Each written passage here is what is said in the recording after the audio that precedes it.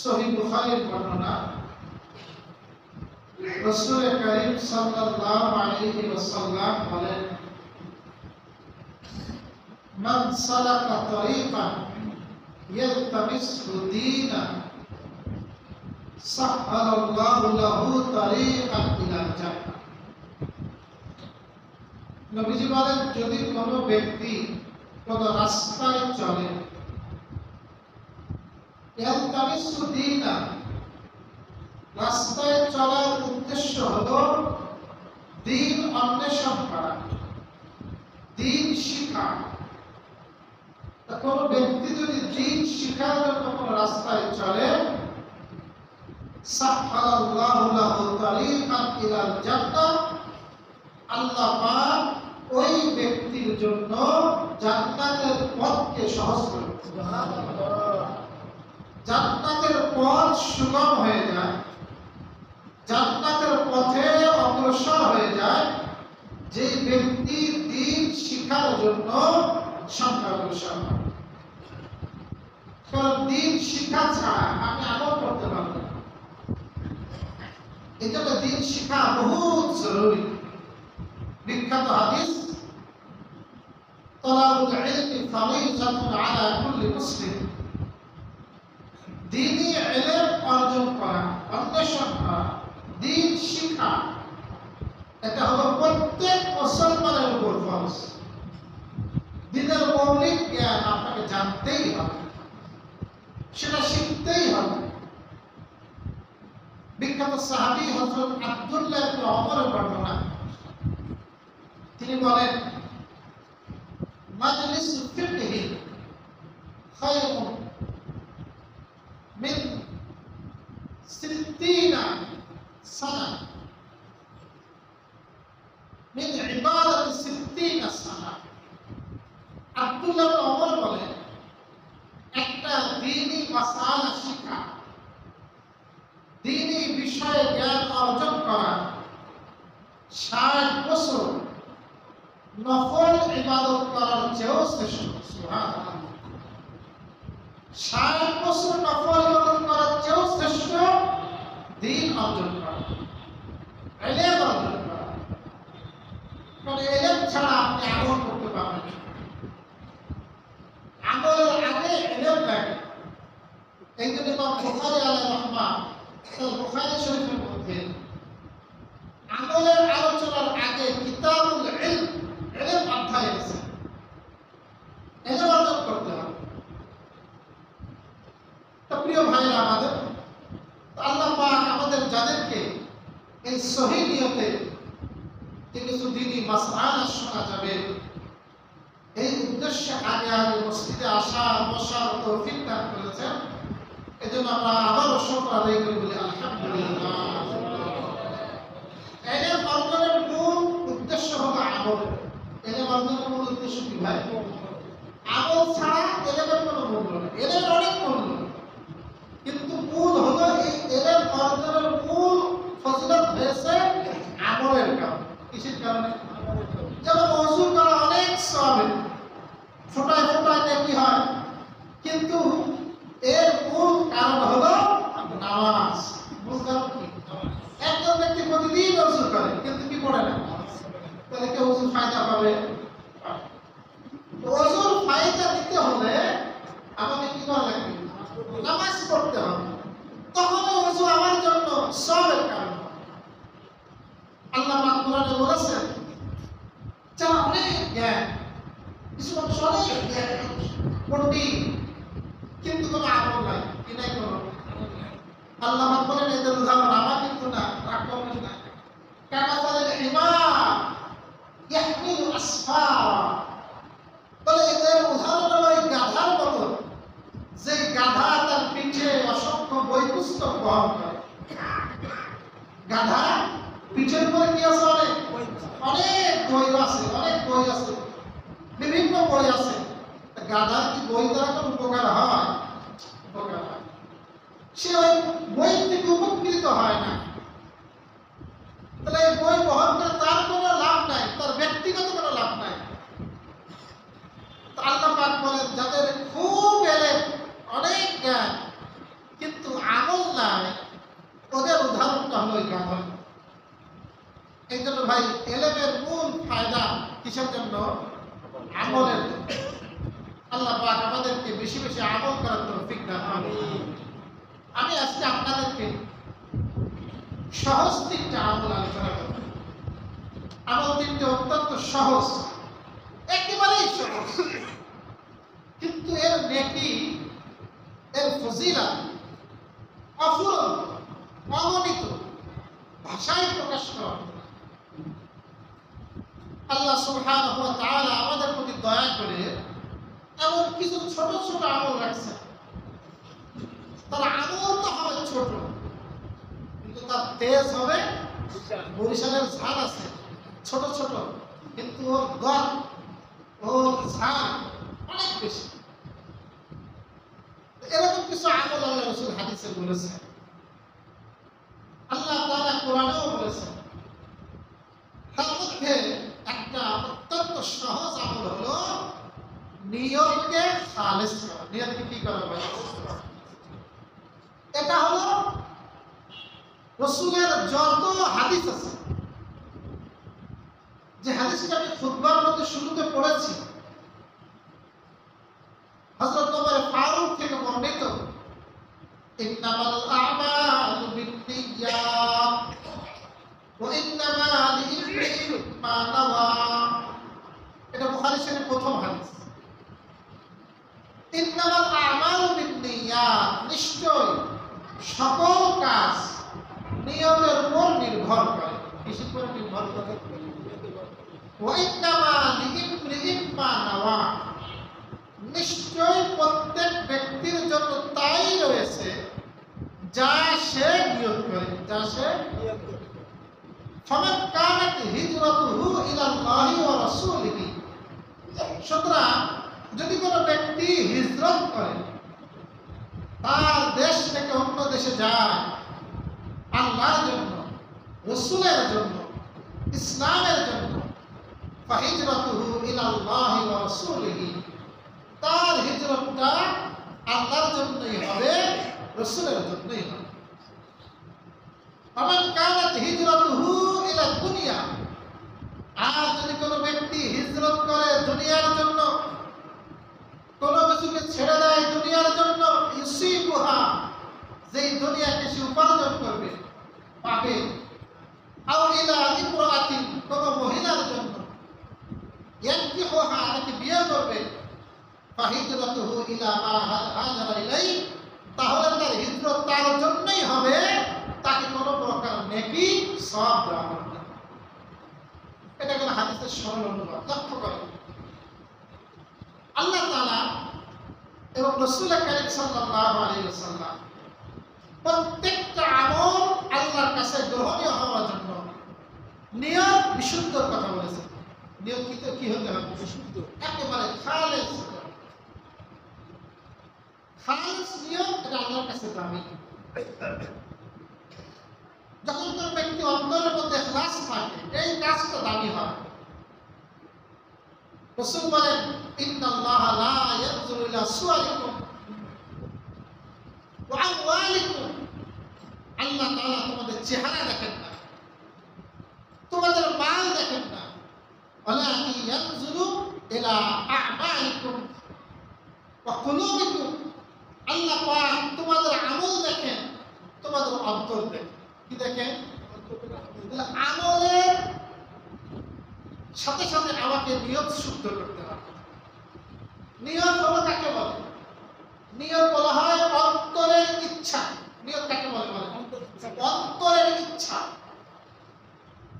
যখন কোনো ব্যক্তির নিয়ত সহিহ হয়, ফরজ, সুন্নাত, মুস্তাহাবের মধ্যে, তখন ওই নিয়তের কারণে ওই ব্যক্তি সওয়াব পায়। যখন ব্যক্তি ফরজ কাজ করে, নিয়ত নাই, দেখা যায় কি সে ওই কাজের কোনো কি পায় না, সওয়াব পায়। আমি উদাহরণ দেব। আবার অনেক সময় একটা মুবাহ কাজ, জায়েজ কাজ, শুধু নিয়ত করার কারণে আল্লাহ পাক তাকে সওয়াব দিয়ে দেন। সুবহানাল্লাহ, শুধু নিয়তের কারণে। এর অসংখ্য উদাহরণ আছে যে নিয়তকে শুদ্ধ করা, নিয়তকে ভালো করা, শরীফের বর্ণনা। রাসূল কারীম সাল্লাল্লাহু আলাইহি ওয়াসাল্লাম তাবুক যুদ্ধে গেছেন। রাসূলের সর্বশেষ যুদ্ধ তাবুকের যুদ্ধ। কোন যুদ্ধ? তাবুকের যুদ্ধ। তাবুকের যুদ্ধ হয়েছে 9 হিজরিতে। রাসূল যুদ্ধ থেকে ফিরতেছেন। বহু দূরের সফর ছিল, শত শত মাইল দূরের সফর ছিল, প্রচন্ড গরমের মধ্যে সফর ছিল, ফসলের মৌসুমের সফর ছিল। সাহাবীরা সব কিছু কুরবানি করে জিহাদে গিয়েছে। জিহাদ হয়নি, যুদ্ধ হয়নি।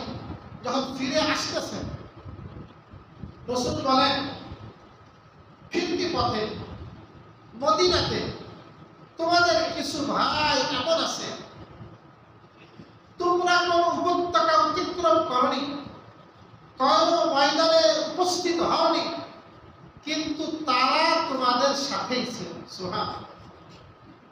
তারা তোমাদের, এবং তোমরা এই শত উপত্যকা অতিক্রম করে যে সওয়াব আর নেকি পেয়েছো, তারা তোমাদের সাথে শরীক, তাদেরকেও সমপরিমাণ নেকি দেওয়া হয়েছে। সাহাবায়ে কেরাম বললেন, ইয়া রাসূলুল্লাহ, অথচ তারা মদিনায়? বলে, হ্যাঁ, অথচ তারা মদিনায়। তাদেরকে মদিনাতে আটকিয়ে রাখছে তাদের অসুস্থতা, বিভিন্ন ওজনের কারণে তারা তোমাদের সাথে যেতে পারেনি, কিন্তু তাদের নিয়ত বিশুদ্ধ ছিল। তাদের নিয়ত বিশুদ্ধ থাকার কারণে তোমরা সফর করার কারণে যে সওয়াব পেয়েছো, ওই পরিমাণ সওয়াব আল্লাহ তাদের আমলনামায় দান করেছে। তো চিন্তা করেন, একটা সহি নিয়ত থামিয়ে যেতে পারে, মদিনায় বসে বসে সব পেয়েছে। কি থাকার কারণে? আমার নিয়তের কারণে গুনাহ হবে। এটাও সহিহ বুখারীর বর্ণনা। নবী বলেন, যখন মুসলমানদের দুটি দল পরস্পর একত্রিত হয়, মুসলমানদের দুটি দল পরস্পর কি হয়? ইয়াজতামিআন বিসাইফাইহিমা, দুইজন তরবারি নিয়ে বেরোইছে, এও তরবারি নিয়ে বেরোইছে, ও তরবারি নিয়ে বেরোইছে, লাঠি সোটা নিয়ে বেরোইছে। দুই মুসলমান এবার একজন আরেকজনের পরে হামলা করছে, একজন মারা গেছে, একজন বেঁচে আছে। নবীজি বলেন, ফাল কাতিলু ওয়াল মাকতুল কিলাহুমা ফিন্নার, যে হত্যাকারী আর যে হত্যাকৃত নিহত উভয়জনের ঠিকানা হলো জাহান্নাম। উভয়জনের ঠিকানা কি? হত্যাকারী সেও জাহান্নামী, যাকে হত্যা করা হয়েছে। এটা হলো দুই মুসলমান যখন পরস্পর লড়াই করবে, লড়াইয়ের ক্ষেত্র হলো কাফেরদের সাথে। মুসলমান দুইজন পরস্পর লড়াই করতে পারে না। সাহাবীরা বললেন, ইয়া রাসূলুল্লাহ, বুঝলাম যে ব্যক্তি কাতিল, হত্যাকারী, তার ঠিকানা জাহান্নাম, এটা বুঝলাম, কিন্তু মাকতুল, যে নিহত হয়েছে, তার ঠিকানা জাহান্নাম। আল্লাহ রাসূল সাল্লাল্লাহু আলাইহি ওয়াসাল্লাম বলেন যে মাকতুল ওর নিয়ত ছিল, ও যদি সুযোগ পাইত ওরে হত্যা করত, ওর নিয়তের কারণে আল্লাহ তাআলা ওকে জাহান্নামে দেন, ওকে জাহান্নামে বানায় দিলেন। চিন্তা করতে পারেন, আমরা অনেক সময় সামান্য কারণে এই লাঠিটা নিয়ে বের হয়ে দুর্বে মুসলমান। প্রিয় ভাইরা, মুসলমানের বিরুদ্ধে অস্ত্র ধারণ করা যায় না। কিলাহুমা ফিন্নার, উভয়ই হবে জাহান্নামী। এই জন্য দেখেন, নিয়ত একজন মানুষকে কোথায় নিয়ে চলে গেল। এই জন্য নিয়তের কারণে একটা মুবাহ কাজ সওয়াবের হয়ে যায়, নেকির হয়ে যায়। এই জন্য প্রিয় ভাই, আমাদের প্রত্যেকটা কাজে নিয়ত করা। এই যে আমরা যখন খানা খাই, সবারই তো খাইতে বলেছে। আপনি ঘরে ঢুকলেন, আপনার ছোট্ট বাচ্চা খেলা করতেছিল, আপনি অনেক দিন পরে বা কিছুদিন পরে, কিছু সময় পর্যন্ত ঘরে যান, একেবারে পাশান বাবা হলে ওটা কি বলে চায়, সন্তানকে একটু করে তুলে নেবেন, তার একটু চুমা দেবেন। কিন্তু বাবারা সন্তানদের একটু আদর করে।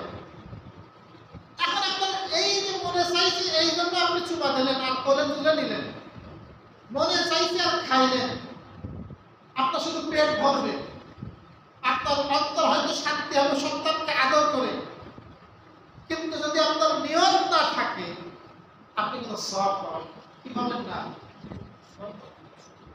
শেখুল ইসলাম মুফতি তকি উসমানী ওনার উস্তাদ ওনার শেখ হাকিম আহতাব হাকিম রহিমাহুল্লাহ উনি বলতেন যে দেখো, যখন তোমরা খানা খাবা, যখন তুমি তোমার সন্তানকে আদর করবা, আদর তো করতে বলে যাবে, বলে এক মুহূর্ত একটু দেরি করবা, খাবারের সামনে পাইয়ে খাবা, এক মুহূর্ত দেরি করবা, এক মুহূর্ত দেরি করে অন্তরের নিয়মটা ঠিক করে নেবা যে খানা খাইলে আমার শক্তি হবে, আমি ইবাদত করতে পারবো, আমার উপরে যে জিম্মাদারি পরিবারের খরচ নির্বাহ করা সেইটা আমি করতে শক্তি পাবো। সন্তানকে আদর করার আগেও তুমি একটু দেরি করো, এক মুহূর্ত, আর মনে মনে ঠিক করো আমার রাসূল ছোট শিশুদেরকে আদর করতেন, নবীর সুন্নাতের জন্য তুমি করতেছো, নবীর ভালোবাসায় তুমি করতেছো, বলে এক মুহূর্ত দেরি করে যদি তুমি অন্তরটাকে তুমি পরিবর্তন করে নিতে পারো, দেখা যাবে তোমার খাওয়া হবে, তোমার সন্তানের আদর হবে, আবার তোমার আমল নামায় দেখিও লেখা হবে। সুবহানাল্লাহ। তাহলে দুনিয়াটাই কি হয়ে যাবে, আপনার আমল আর নেকিতে পরিণত হয়ে যাবে। ইসলামের সব কাজ হলো দ্বিমুখী, মানুষ বলে সাক্ষাৎ করা, যাইতেও কাটে আসতেও কাটে। ইসলামের আমলগুলো হলো যদি আপনার মধ্যে নিয়ত বিশুদ্ধ হয় তাহলে দেখা যাবে যে আপনি দুনিয়াও পাবেন আখিরাতও পাবেন। যেমন হাদিসের মধ্যে আসছে নাসাই শরীফের বর্ণনা, আসওয়াকু মাতহারাতুল লিল ফাম ওয়া মারযাতুল লিল রাব। মিসওয়াক করলে মিসওয়াক করলে মুখ পরিষ্কার হয় আর রব খুশি হয়। সুবহানাল্লাহ। কে খুশি হয়? এখন আপনি মিসওয়াক করলেন শুধু মুখ পরিষ্কার করার জন্য, হইল না। আপনার নিয়ত নবীজির শেষ আমল, একেবারে জীবন সায়নের সর্বশেষ আমল কি ছিল?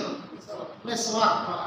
নবীজি সারা জীবন মিসওয়াক করেছেন, আপনি সেই সুন্নাত মেনে চলার জন্য মিসওয়াক করতেছেন, তাহলে দেখা যাবে আপনার মুখটাও পরিষ্কার হবে, রবও খুশি হবে, সুন্নাতের অনুসরণ।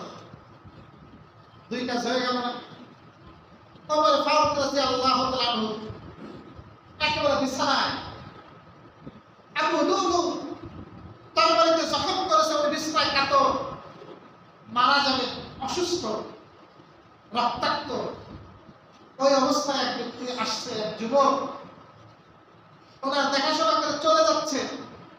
উনি ডাকছে, ইয়া বুনাইয়া, ছেলে এদিকে আসো, বাচ্চা এদিকে আসো, এই তো আসাওলা, তোমার কাপড় দিকে টাকানোর নিচে কাপড় উঁচু করো, ফাইন্নাহু আতকাল সাও ওয়া আতকালিল্লাহ। কারণ কাপড় যদি তুমি টাকানোর উপরে পড়ো তাহলে তোমার কাপড়টা পরিষ্কার থাকবে, পবিত্র থাকবে, আমার দুই নম্বর এতে তোমার রব খুশি হবে। সুবহানাল্লাহ। কয় কাজ? দেখা গেল যে আপনার এক শরীয়ত মেনে চললে আপনি আখিরাত তো পাবেনই, দুনিয়া তো পাবেনই, আপনি আখিরাত পেয়ে যাবেন। তাই জন্য আমাদের নিয়তকে শুদ্ধ করা। রাসূল বলেন, মান হাম্মা বিহাসানাতিন ফালাম ইয়ামালহা কুতিবাত লাহু হাসানাহ। বলে যদি কোনো ব্যক্তি কোনো একটা ভালো কাজ করার ইচ্ছা করে, যদি কি করছেন? ইচ্ছা করছেন, করতে পারেননি, বলে তারপরও তার আমল নামায় ওই নেকিটা লিখে দেওয়া আছে। আর যদি করে ফেলে, নিয়ম করার পরে করছেও, তখন তাকে 10টা নেকি লিখে দেওয়া। এই জন্য প্রিয় ভাই, সবসময় নিয়মকে শুদ্ধ করা। আব্দুল্লাহ ইবনে মুবারক রাহিমাহুল্লাহ, সেই বিখ্যাত ঘটনা আছে। আব্দুল্লাহ ইবনে মুবারক মানে যারা হাদিসের ছাত্র, এনার নাম বাদ দিয়ে যেতে পারবেন না। সামনে জগৎ বিখ্যাত মুহাদ্দিস ছিলেন, ফকিহ ছিলেন, মুফতি ছিলেন, ইমাম আবু হানিফা রাহিমাহুল্লাহর ছাত্র ছিলেন আব্দুল্লাহ ইবনে, এবং ওনার আব্বা বড় আমলওয়ালা সন্তান ছিলেন। মুবারক ওনার জীবনীতে আসছে, উনি ওনার বাবার জীবনীতে আসছে এক বাগানে দেখাশোনা করতেন। মালিক একদিন বলছে, এই আমাকে একটা আনার এনে খাওয়া। তাছাড়া বাগান দেখাশোনা করে কোন গাছের ফল বেশি মিষ্টি এটা তো জানা থাকে না, থাকে এই যে গাছের ফল ভালো, এই গাছের টক একটু মিষ্টি কম, তাই তো দেশে দেখে যে সে আনার ভালো না। তাহলে বক্সে তোমরা কি বলো, ভালো আনতে বলো, আরেকটা আনো, আরেকটা আনছে, দেখে সেইটাও বেশি ভালো না। এরপরে তো বকা শুরু করছে, বাবা তুমি কি করলাম, তোমাকে বললাম কি তুমি আনলা কি, তুমি ভালো কোনটা তুমি চেনো না। তো মুবারক বলছিলাম, সাহেব আপনি তো আমাকে দেখাশোনার দায়িত্ব দিয়েছেন, কোন ফল খাওয়ার দায়িত্ব দেননি, কোন গাছের ফল কেমন আমি কখনো একটাও খেয়ে দেখিনি। সুবহানাল্লাহ, এমন হালাল খাইতেন তারা। আল্লাহ পাক আমাদেরকে তৌফিক দান করুন। তার ছেলে বাবা ভালো হলে কি ভালো হয়, ছেলে ভালো হয়, আপনি সুন্দর যেমন জীবনযাপন করবেন, আল্লাহর পথে চলবেন, আল্লাহ আপনার সন্তানকে এক সময় না এক সময় আল্লাহ পাক হেদায়েত দান করবেন। তো তার সন্তান আব্দুল্লাহ ইবনে মুবারক জগৎ বিখ্যাত মুহাদ্দিস, উনি মারা গেছেন। মারা গেলে ওনার ভক্ত তাকে দেখতেছে স্বপ্নে, শায়েখ আপনি কেমন আছেন, আল্লাহ আপনার সাথে কেমন মুআমালা করেছেন, আপনি কি ভালো আছেন? উনি বলতেছেন, শেখ ইসলাম মুফতি তাকিস এটা লিখছেন ঘটনাটা, উনি লিখতেছেন আল্লাহু আকবার, আব্দুল্লাহ ইবনে মুবারক বলেন যে আল্লাহ তাআলা আমার সাথে ভালো মুআমালা করেছেন, কিন্তু আমার চেয়েও আমার বাড়ির সামনে একজন কামার আল্লাহ পাক তাকে আরো ভালো লাগছে। সুবহানাল্লাহ, ওনার ঘুম ভেঙে গেছে, খবর নিয়েছেন, ওই কামারের বাড়িতে গেছেন, কামারের বিবিকে জিজ্ঞাসা করছেন যে আপনার স্বামী কি আমল করে? বলে আমার স্বামী তো কামার, কি আমল করবে?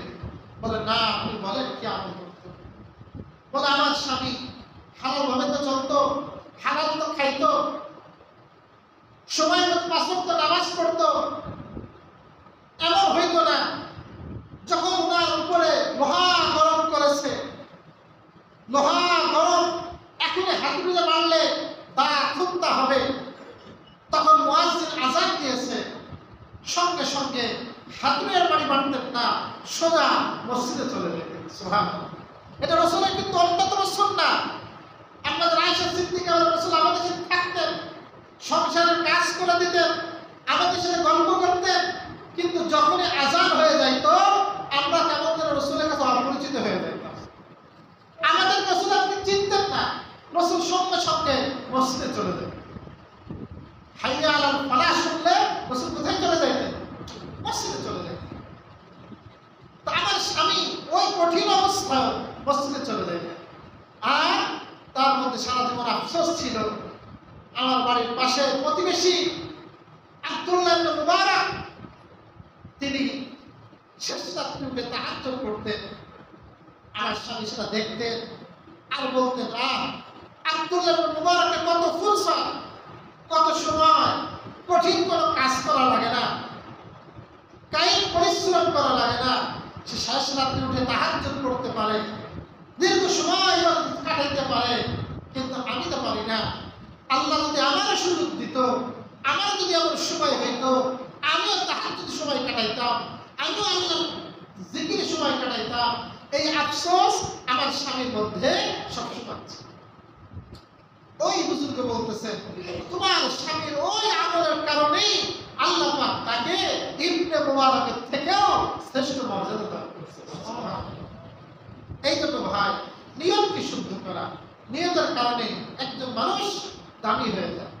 নিয়তের কারণে, নিয়ত ভালো করা, সবসময় ভালো নিয়ত করবে, যে কাজই করবেন নিয়তটা শুদ্ধ করে নেবেন। মসজিদে ঢুকবেন, মসজিদে আসবেন, রাস্তায় চলবেন, নিয়তটা ভালো করবেন। আল্লাহ তাআলা আমাকে আপনাদের সকলকে সঠিক নিয়ত, সহিহ নিয়ত এর তৌফিক দান করে, সকলে বলে আমিন। কিন্তু 3টা আমলের কথা বলবো। তার প্রথম আমল হলো নিয়তকে কি করা? শুদ্ধ করা। 2 নম্বর আমল, এটা মুসলিম শরীফের হাদিস, মুসলিম শরীফের 2726 নম্বর হাদিস।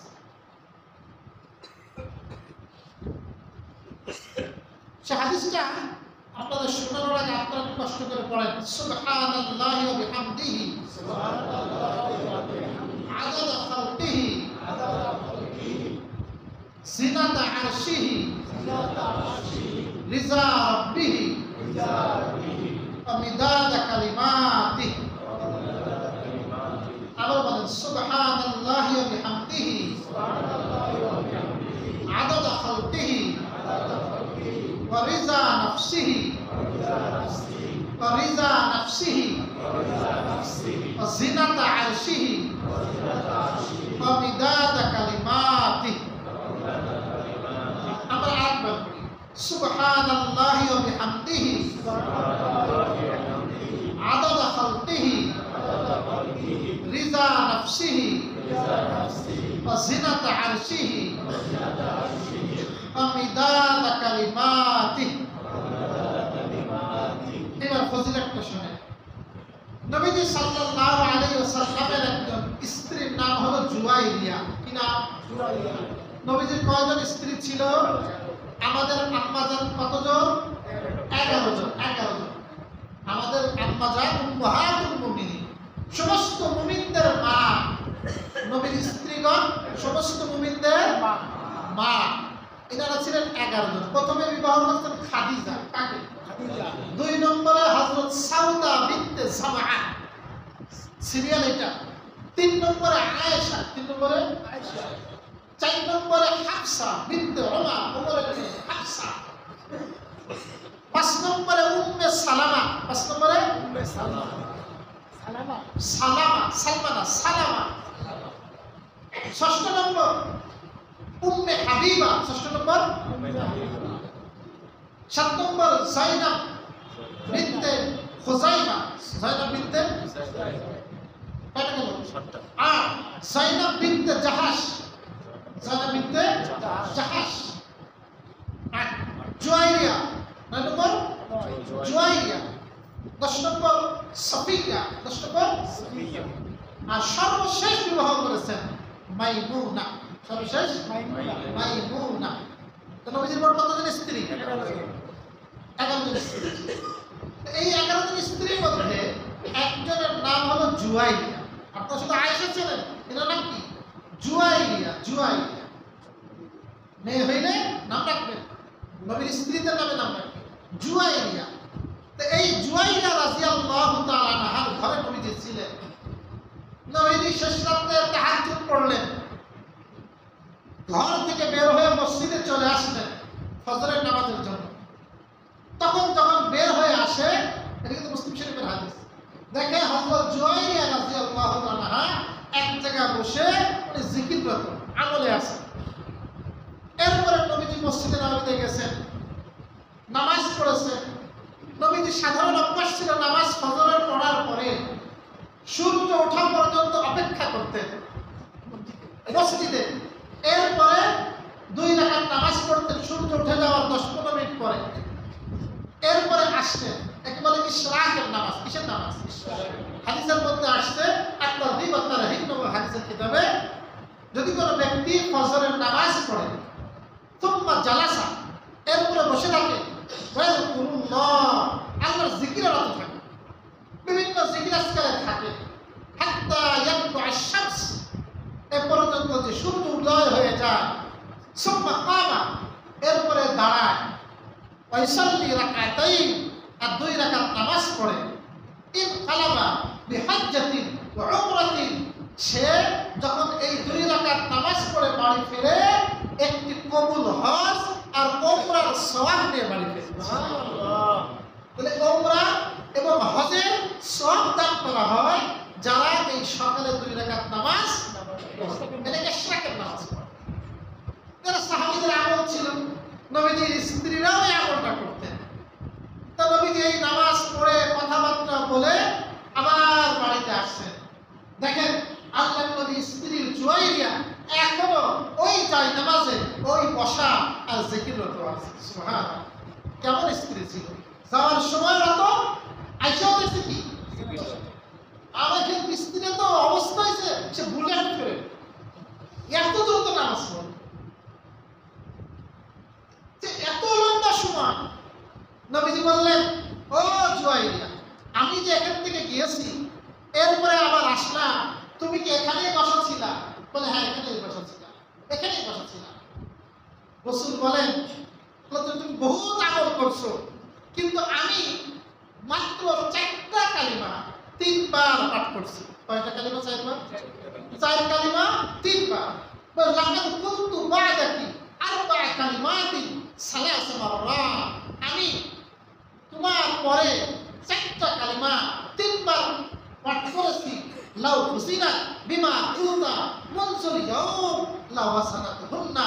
বলে, যদি এই 4 কালিমাকে তোমার সারাদিন যত আমল করছো এইটাকে যদি এক পাল্লায় রাখা হয় আর তোমার জিকির গুলোকে যদি আরেক পাল্লায় রাখা হয়, তাহলে এই পাল্লাটা ভারী হয়ে যাবে। সুবহানাল্লাহ। এরপরে আল্লাহ রাসূল এই কালিমাটা 3বার পাঠ করে শোনালেন, যারা আপনাদেরকে শোনায়। তাহলে এটা আমাদের মুখস্থ করা দরকার। সুবহানাল্লাহি ওয়া বিহামদিহি আদাদা খালকিহি ওয়া রিজা নাফসিহি ওয়া জিনাতা আরশিহি ওয়া মিদাদা কালিমাতিহি ওয়া মিদাদা। এটা আমি লিখে নিয়ে আমার কাছ থেকে অনেক শোনা আসলে শোনা। প্রিয় ভাইরা আমার, তাহলে আমাদের সহজ আমার কেবল আমল প্রতিদিন অন্তত 3বার সকালে বা বিকেলে যে কোনো সময় আপনি এই আমলটা করুন। এটা 2 নম্বর আমল গেল। এবং 3 নম্বর আমল, সেটা আমরা আলহামদুলিল্লাহ অনেক ভাই করি, অনেক ভাই অবহেলা করি।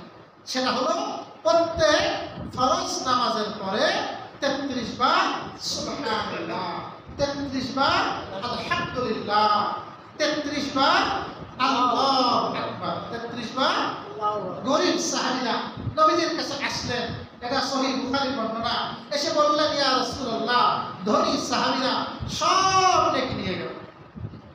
আমরা নামাজ পড়ি, তারাও নামাজ পড়ে, আমরা রোজা রাখি, তারাও রোজা রাখে, কিন্তু তারা তাদের মাল দ্বারা হজ করে, ওমরা করে, সাদকা করে, মানুষকে খাওয়ায়। আমরা তো এগুলো করতে পারি না। তাহলে ধনীরা সব কি নিয়ে গেল? সব নিয়ে গেল। আল্লাহ রাসূল বলেন, তাহলে তোমাদেরকে আমি একটা আমল শিখাই দিচ্ছি, যদি তোমরা এই আমলটা করো তাহলে তোমার হবে তারা যে স্তরে আছে তাদের স্তর থেকে তোমরা আগে বেড়ে যাবে। তোমাদের স্তরে তো আসতে পারবে না, হ্যাঁ, যদি তোমাদের মতো অন্য কেউ আমলগুলো করে। এরপর আল্লাহ রাসূল বললেন, তোমরা 33 বার সুবহানাল্লাহ পড়বা, 33 বার আলহামদুলিল্লাহ পড়বা, 33 বার আল্লাহু আকবার পড়বা। এটা 33 কত হইল? কোন কোন বর্ণনায় আসছে 100 পূর্ণ করবা কি দ্বারা? লা ইলাহা ইল্লাল্লাহু ওয়াহদাহু লা শারীকা লাহু লাহুল মুলকু ওয়া লাহুল হামদু ওয়া হুয়া আলা কুল্লি শাইইন কাদির। এইটা দ্বারা 100 পূর্ণ করা। আর কোন কোন বর্ণনা আসছে 34 বার আল্লাহু আকবার। কি পড়া? 34 বার কি পড়া? আল্লাহু আকবার। এখন ফরজ নামাজের পরে যখন আপনার সুন্নাতে মুআক্কাদা নাই, যেমন ফজরের নামাজ, কি নামাজ? আসরের নামাজ, এই সময় তো আপনি সালাম ফেরানোর পরে এটা পড়ে দেবেন, যদি সময় দেওয়া হয়, ফজরও দেওয়া হয়, আসরও দেওয়া হয়, তো এই সময়টা আপনি সালাম ফেরানোর পরপরই পড়ে দেবেন। আর যেই বাকি সময়ের মধ্যে মাসলা হলো, যেই নামাজের পরে সুন্নাতে মুআক্কাদা আছে, কি আছে? সুন্নাতে মুআক্কাদাকে ফরজ নামাজের পর পড়া হলো উত্তম। এক সুন্নাতে মুআক্কাদা যদি কেউ বাড়িতে পড়ে, তাহলে রাস্তায় চলতে চলতে এগুলো আপনি আদায় করতে পারেন। আর যদি মসজিদেই আপনি পড়েন, তাহলে উত্তম হলো আগে সুন্নাতে মুআক্কাদা পড়ে নিয়ে তারপরে এই আমলগুলো করা। আয়াতুল কুরসির আমল, এই যে আপনার 33 তাসবিহ ফাতিমের আমল, আর অন্যান্য যে আমলগুলো সুন্নাতে মুআক্কাদার পরে এগুলো বসে করে দেওয়া। বুঝতে পারছেন ভাই? আল্লাহ তাআলা আমাদের সকলকে